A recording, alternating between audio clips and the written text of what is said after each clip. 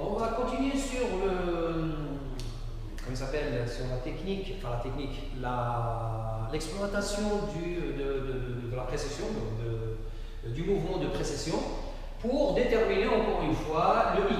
C'est le moment d'inertie qui vous intéresse à chaque fois. Alors on vous demande d'utiliser Excel pour tracer 1 sur TRTP en fonction de M, et également vous allez trouver une droite, et encore une fois c'est Excel qui va vous donner les valeurs. Donc Y c'est 1 sur, expérimentalement on a trouvé que le Y qui est 1 sur TRTP est égal à AX, à notre X c'est M plus B. Normalement, s'il n'y a pas de masse, eh bien il n'y a pas de précession. Donc le B elle va être soit 0, soit proche de 0.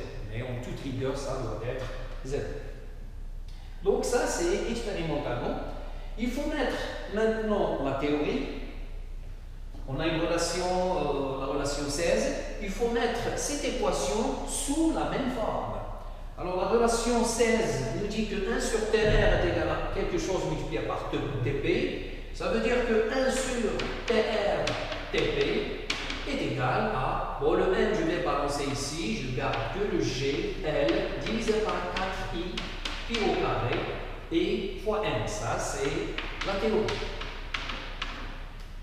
L'expérience, comme d'habitude, est égale à la théorie.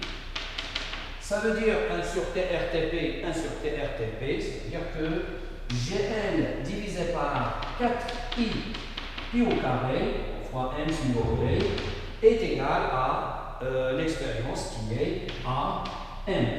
On simplifie par le M, et bien ça va nous donner le petit a, donné par, c'est la valeur donnée par Excel, est égal à GL sur 4I pi au carré.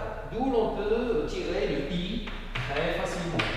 Le I est égal à GL divisé par 4pi au carré et fois 1. Vous avez le 1.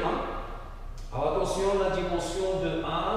Le Y c'est 1 sur seconde carré. Ça c'est en seconde, ça c'est en seconde. Ça veut dire que ça c'est 1 sur seconde carré, qui est égal à la dimension de A multiplié par X, et le X ça doit être en kilogrammes. Ça veut dire que la dimension de A est 1 sur kilogramme seconde carré.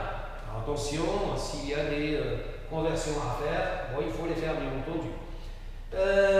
Donc le I est égal à G, bon là c'est 10 mètres par seconde carré, L c'est la distance qui sépare le pivot. Je vais vous montrer tout à l'heure lorsqu'on attaque la mutation. C'est la distance entre le pivot c'est le point de pivot. Donc c'est là où on se balance quoi. Donc le L c'est la distance qui sépare le pivot de la position là où le point où on posait les masses. Je vais vous expliquer tout à l'heure. Pour le L, sur 4pi au carré fois. Donc vous avez tout. Bon, bien sûr, il vous faut pour l'instant petit l, je vais vous montrer tout à l'heure comment. Et vous avez tout pour déterminer votre I, votre moment d'inertie qui correspond au disque.